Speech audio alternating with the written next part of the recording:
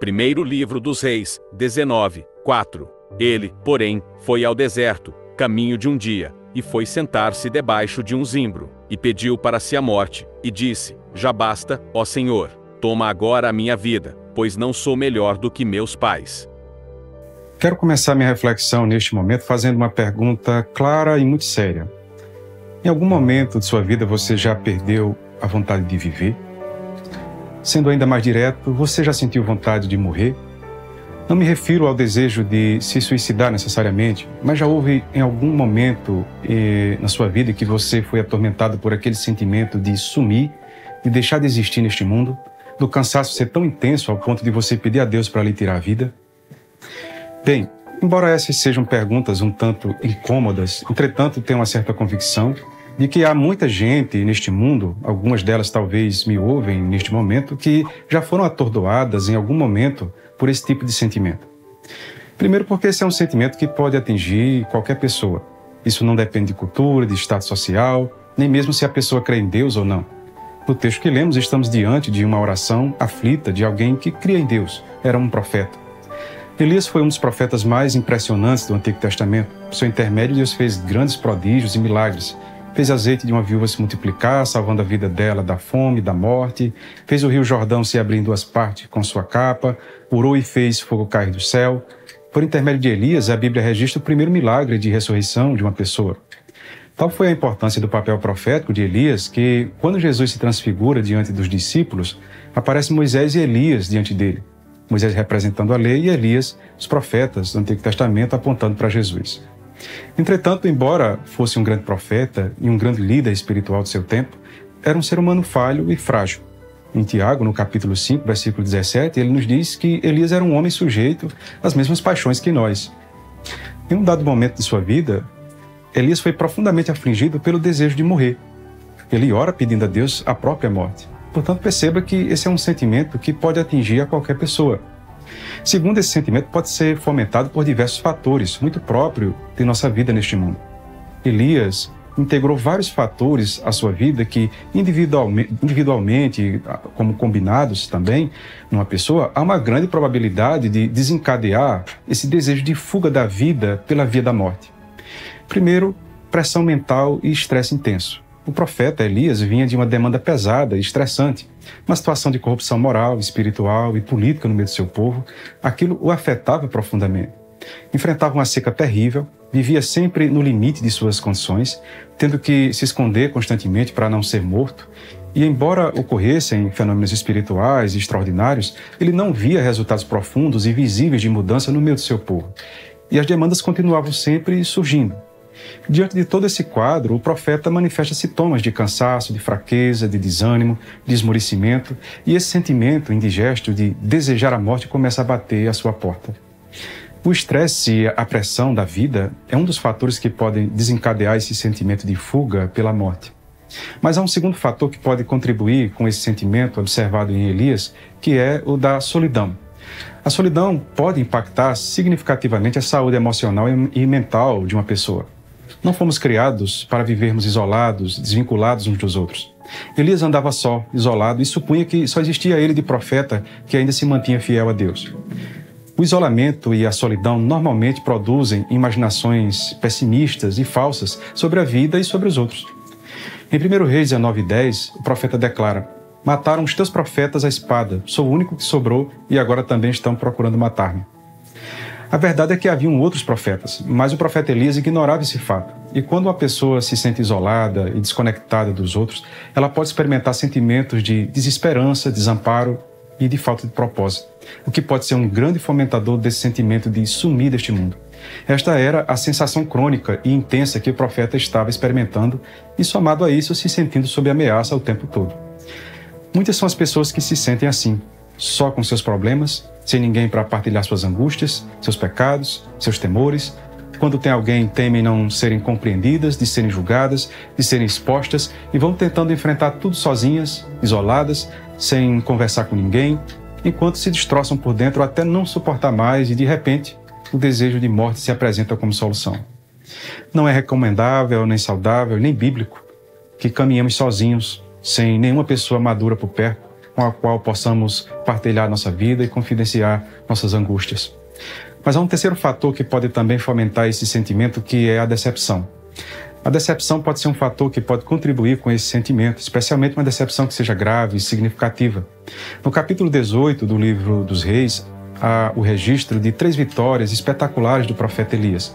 Ele triunfa sobre 450 profetas de Baal e 400 profetas de Azerá, que eram ídolos pagãos trazidos por Jezabel. Ele ora a Deus pedindo fogo do céu como sinal do verdadeiro Deus, e Deus confirma. Logo após, ele também desafia todo Israel a servir ao Senhor. Elias profetiza e ora por uma grande chuva sobre Israel, quando não chovia já há 3 anos e meio, o que ocorre em seguida como ele profetizou. Era natural que ele imaginasse que a partir dessas confirmações poderosas de Deus, com ele, diante de todas aquelas pessoas, todo Israel se convertesse ao seu Deus. Que a oposição do rei Acabe e da rainha Jezabel fosse cessada e que houvesse, quem sabe, até uma aceitação de sua pessoa como verdadeiro profeta do Senhor, e enfim ele encontraria descanso. No entanto, saiu tudo ao contrário do que Elias imaginara. O rei Acabe relata a Jezabel tudo o que Elias havia feito aos profetas pagãos, e a rainha, que era simpatizante dos profetas exterminados, ameaça Elias de morte. E isso foi o suficiente para o profeta desabar e cair deprimido pedindo a morte. Uma decepção significativa, somada a toda uma conjuntura emocional, pode ser um fator provocador desse sentimento, do desejo de morrer. O fim de um relacionamento, uma traição, ou uma grande decepção profissional ou pessoal.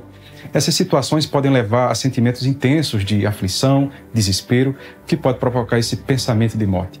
Mas há um quarto fator que podemos observar em Elias, que também pode fomentar esse sentimento, que é a busca neurótica por autoafirmação. A necessidade constante de querer mostrar força, valor, importância, pode ter efeito contrário.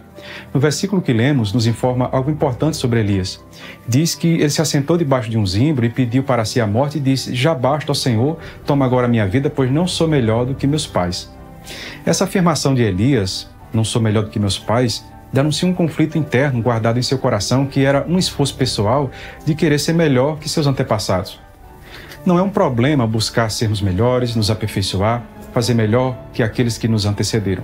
O problema é quando você impõe à sua vida um padrão muito elevado, obsessivo e neurótico, querendo provar seu valor, sua força, sempre em termos de comparação, e isso pode ter efeito exatamente contrário, que é o de drenar sua força e roubar, inclusive, a sua identidade. Quando uma pessoa coloca uma pressão excessiva sobre si, para ter sucesso, ser perfeita ou atender a padrões elevados, ela pode se sentir constantemente insatisfeita e incapaz de alcançar seus próprios padrões. Isso pode levar a um ciclo vicioso de autocrítica, autopunição, de culpa, que pode agravar ainda mais os sentimentos de fracasso e desespero. Isso possivelmente contribuiu para o desânimo do profeta Elias. A cultura das redes sociais, por exemplo, de nossos dias, de modo geral, contribui muito para esse tipo de sentimento, onde as pessoas precisam estarem frequentemente se autoafirmando e se comparando, falseando uma realidade como se fossem felizes o tempo todo e que suas vidas são espetaculares e que estão sempre em ambientes desejados, rodeados sempre com pessoas satisfeitas e sem problemas, criando uma identidade que não é a sua própria. E isso é algo perigoso e profundamente prejudicial. Soren Kierkegaard, um filósofo e teólogo cristão dinamarquês, certa vez disse algo muito importante sobre isso quando disse: o desespero mais comum é não escolhermos ou não podermos ser nós mesmos, mas a forma mais profunda de desespero é escolhermos ser outra pessoa ao invés de nós mesmos. Certamente será profundamente desgastante exercer uma identidade que não é a sua.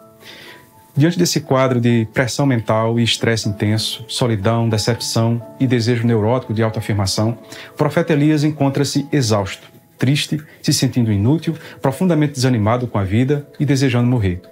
Mas Deus vem ao seu encontro e muda o quadro daquele profeta, tratando sua vida e restaurando o seu ânimo. Primeiro tratando fisiologicamente, fisicamente, encorajando-o a se alimentar, a nutrir-se e a cuidar do seu corpo. O versículo 5, falando sobre Elias, diz que ele estava deitado ali debaixo de um zimbro, dormindo, e eis que um anjo o tocou e lhe disse: levanta-te e come. Ele olhou e eis que à sua cabeceira estava um pão cozido sobre as brasas e uma botija de água. Não foi Elias que providenciou aquela comida, foi o próprio Deus que proveu para Elias. Deus se interessa também em sua saúde, em seu bem-estar, em sua integridade física também. Segundo, Deus o trata psicologicamente quando provoca o profeta a falar. No versículo 9, ele diz que ele entrou numa caverna onde passou a noite, e eis que lhe veio a palavra do Senhor dizendo: "O que fazes aqui, Elias?" Deus estimula o profeta a falar através de perguntas. Normalmente alguém na situação, como a de Elias, tende ao isolamento, à desesperança, o que é algo ruim.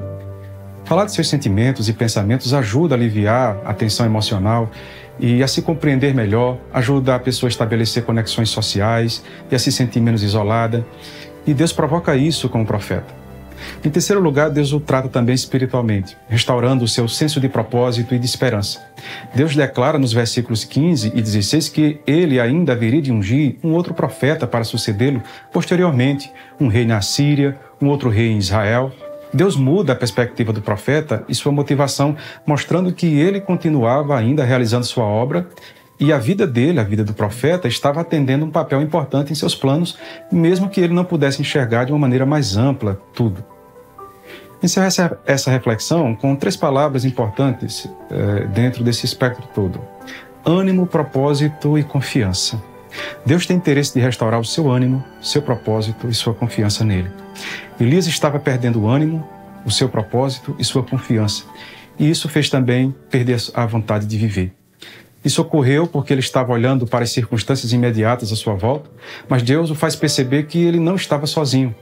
No versículo 18, o Senhor deu-lhe uma palavra de conforto, mostrando que havia outros profetas que Deus o havia conservado. Ele diz: "Conservei em Israel 7.000, todos os joelhos que não se dobraram a Baal." Deus continuava realizando sua obra, ainda que Elias não pudesse enxergar, e tinha muita gente participando dela, mesmo Elias não tendo consciência disso. Deus continuava, inclusive, contando com ele para a realização deste propósito. Talvez você olhe para a vida e as circunstâncias lhe pareçam tão desanimadoras, e isso tem lhe afetado o ânimo, o seu senso de propósito, sua confiança no futuro. Deus te convida nesta hora a tirar os olhos das circunstâncias e a olhar para Ele, e a colocar sua esperança nele. Ainda que você não tenha consciência do que está acontecendo e olhe à sua volta e tudo lhe pareça negativo, mas, assim como disse o salmista, afirmo neste instante: entrega o teu caminho ao Senhor, confia nele e o mais Ele fará. Medite nisso.